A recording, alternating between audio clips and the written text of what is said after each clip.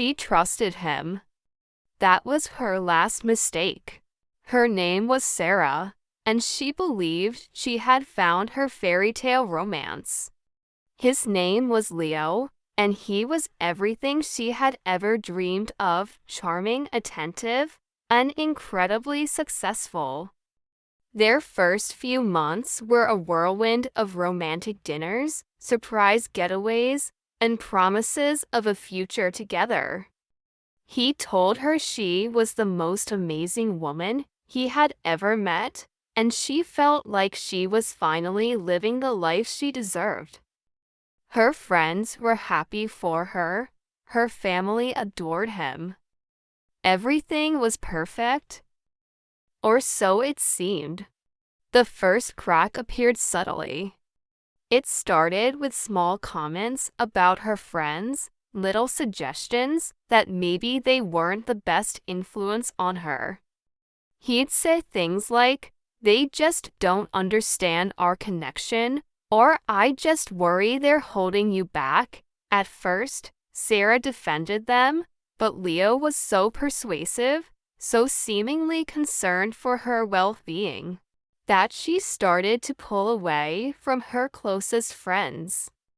He made her feel like their love was a special world, just for the two of them, and anyone outside of it was a threat. Then, it was her job. Leo, with his thriving business, would often question her career choices. "Why are you working so hard for so little?" He'd ask, his tone dripping with false concern. "You don't need to stress yourself out like that. I can take care of us." The idea was tempting. Exhausted from her demanding job, Sarah started to see his point. He wasn't just offering financial support. He was offering a life of ease, a life where she could pursue her passions without worrying about bills. She quit her job, becoming entirely dependent on him. That was the moment the cage door clicked shut, though she didn't hear it at the time. With her friends gone and her career abandoned, Sarah's world shrank until it was just Leo. And that's when his true colors began to show. The charming compliments were replaced with cutting criticisms. Her clothes were wrong, her cooking was subpar, her opinions were naive. He controlled her finances, giving her a small allowance and questioning every penny she spent.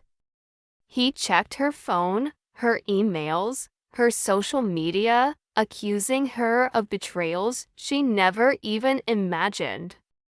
The man who had once put her on a pedestal now seemed dedicated to tearing her down, piece by piece. She was isolated, confused, and filled with self-doubt. Was she really this flawed? Had she imagined the early days of their love?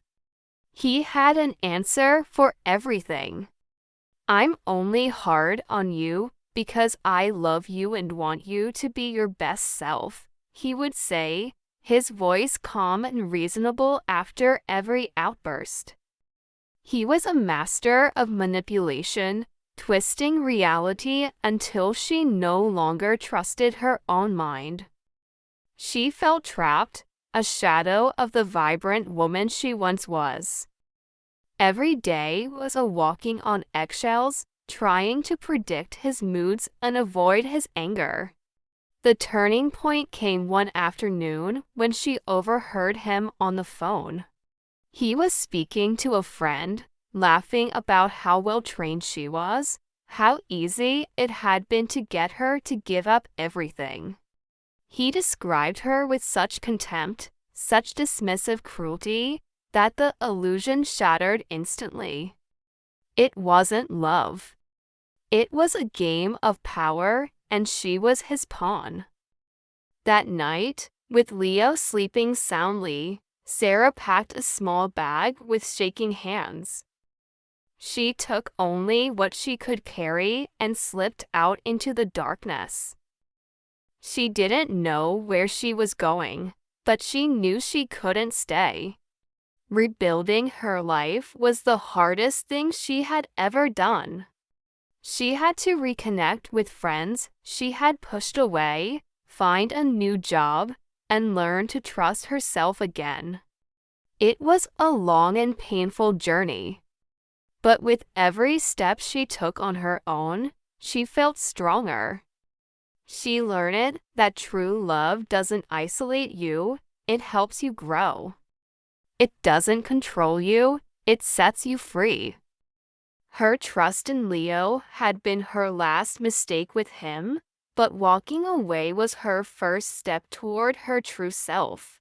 If you or anyone you know is in a similar situation, please know that you are not alone and help is available. You can reach out to the National Domestic Violence Hotline. Their number is on the screen now. Seeking help is a sign of strength. Thanks for watching.